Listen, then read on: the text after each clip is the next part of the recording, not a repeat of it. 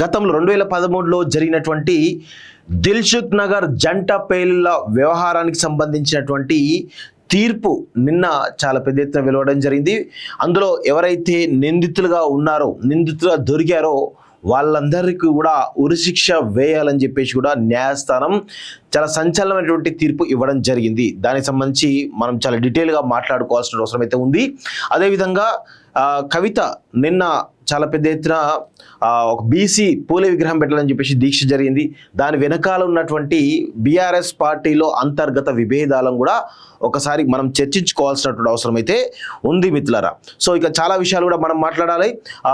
ఈ ఏదైతే ఏప్రిల్ 27న జరిగేటువంటి బీఆర్ఎస్ రజతోత్సవ సభకు సంబంధించి కూడా వాళ్ళ కుటుంబంలో ఏం జరుగుతుంది అనేది చాలా ఇన్ డీటెయిల్గా మీకు చెప్పేటువంటి ప్రయత్నం చేస్తాం మిత్రులారా. ముందుగా దిల్సుఖ్ నగర్ పేలుకు సంబంధించి మనం డిస్కస్ చేద్దాం.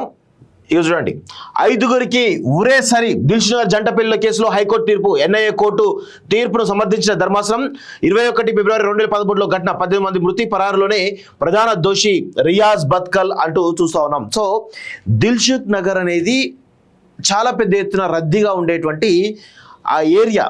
అక్కడ చాలా సార్లు కూడా గతంలో ఇది జంట నగర పేలులకు ముందు కూడా సాయిబాబా టెంపుల్ దగ్గర కూడా చాలా పెద్ద ఎత్తున ఒక పేలుడు కూడా జరిగింది. దానిలో కూడా చాలా మంది చనిపోవడం జరిగింది. ఒకటేసారి 3 చోట్ల జరిగింది.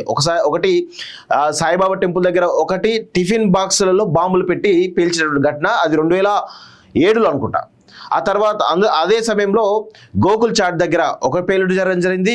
మూడవది లుంబిని పార్క్ దగ్గర ఒక పేలుడు జరగడం జరిగింది. సో ఈ 3 పేలుల తర్వాత 2013లో జరిగినటువంటి ఈ యొక్క జంట పేలులకు సంబంధించినటువంటి అంశం ఏదైతుందో దేశవ్యాప్తంగా చాలా పెద్ద ఎత్తున చర్చ జరిగింది. దానిలో 18 మంది అమాయకులు మృతి చెందడం జరిగింది.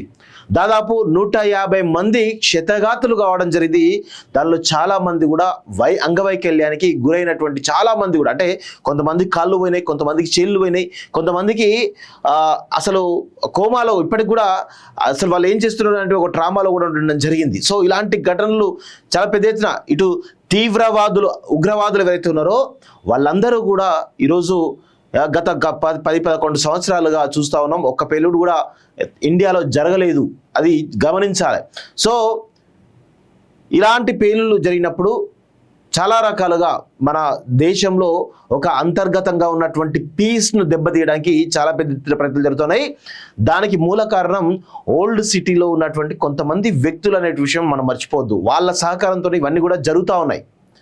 సో ఇప్పుడు కొంత భారతీయ జనతా పార్టీ రావడం, ఆ తర్వాత చాలా రకాల అంతర్గతం సంబంధించినటువంటి మన భద్రత విషయంలో చాలా చర్యలు తీసుకోవడం, బాహ్య ప్రపంచంలో ఉన్నటువంటి భద్రత కూడా పెంచుకోవడం ద్వారా మనం చాలా రకాలుగా ఇలాంటి పేలుళ్ళకు సంబంధించినటువంటి ఇంటెన్సిటీ తగ్గిన విషయం మనం చూస్తూ ఉన్నాం.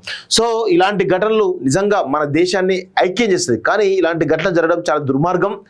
దిల్సుఖ్ నగర్ జంట పేలుళ్ళకు సంబంధించినటువంటి విషయంలో ఇలాంటి వారికి ఉరి వేస్తే మరొకసారి రిపీట్ కావు అనే విషయంలో చాలా స్పష్టంగా కనబడుతుంది. ఉరి వేయాలి. అది కూడా వాళ్ళని ఇన్ని సంవత్సరాలుగా దాదాపు 11-12 సంవత్సరాలుగా విచారణ చేస్తున్నారు. ఇమ్మీడియట్గా వాళ్ళకు ఉరి వేస్తే అయిపోయి ఎవరైతే వాదిస్తున్నారో వాళ్ళు కూడా ఆలోచించారు, అడ్వకేట్స్ కూడా.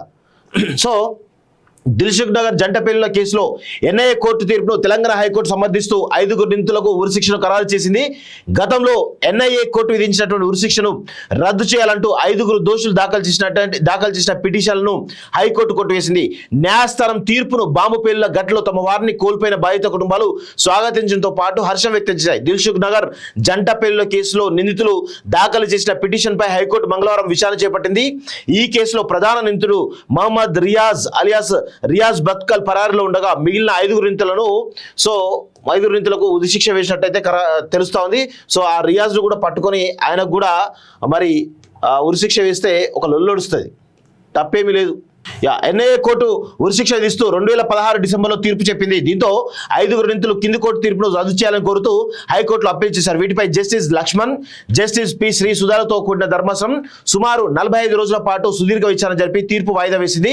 తీరా ఎన్ఐఏ కోర్టు తీర్పును సమర్థిస్తూ హైకోర్టు ధర్మాసనం ఉరిశిక్షను ఖరారు చేసింది. ఈ కేసులో అసదుల్లా అఖ్తర్ యూపీ, జియా ఉర్ రహమాన్ పాకిస్తాన్, మహమ్మద్ తహసీన్ అఖ్తర్ బీహార్, యాసిన్ బత్కల్, అజాజ్ షేక్ మహారాష్ట్ర చెందిన వారికి త్వరలో ఉరిశిక్ష అమలు చేయనున్నారు.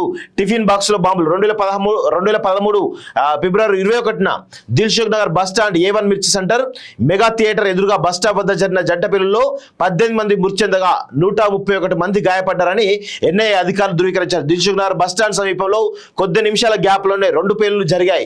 మొదట 107 నంబర్ గల బస్ స్టాప్ వద్ద జరగగా ఒక బాంబు పేలిన కొద్దిసేపటికే 150 మీటర్ల దూరంలోనే కోనార్క్ థియేటర్ సమీపంలోని A1 మిర్చి సెంటర్ వద్ద మరో బ్లాస్ట్ సంభవించింది. టిఫిన్ బాక్సుల్లో బాంబులు పెట్టి ఉగ్రవాదులు ఈ దాడికి పాల్పడినట్లు ఎన్ఐఏ దర్యాప్తులు తెలిసింది. విచారణలో భాగంగా 157 మంది సాక్షులు విచారించారు. వారి నుంచి సేకరించిన ఆధారాలు ఎన్ఐఏ కోర్టుకు సమర్పించింది. దర్యాప్తులో భాగంగా అహ్మద్ సిద్దిబాపా జరార్ అలియాస్ యాసిన్ బత్కల్, అబ్దుల్లా అఖ్తర్ అలియాస్ హద్దీలను 2013లోనే ఇండో నేపాల్ బోర్డర్ సమీపంలో అరెస్ట్ చేశారు. నిందితులు ఇచ్చిన సమాచారంతో బీహార్ కు చెందిన తాసిన్ అఖ్తర్, పాకిస్తాన్ చెందిన జియావుర్ రెహమాన్లను 2014 మేలో రాజస్థాన్లో గుర్తించగా వారిని ఢిల్లీ పోలీసులు అరెస్ట్ చేశారు. వీరితో పాటు పూణేకు చెందిన అజీజ్ షేక్ సైతం ఎన్ఐఏ అరెస్ట్ చేసింది. విచారణలో పేలులకు కీలక సూత్రధారి కర్ణాటక చెందిన మహమ్మద్ రియాజ్ అలియాస్ రియాజ్ బక్తల్ గా గుర్తించారు. కాగా నేటికి అతడు పరారులోనే ఉన్నాడు అంటూ చూస్తున్నాం. సో ఇలాంటి ఘటనలు చాలా చాలా చాలా దురదృష్టకరం.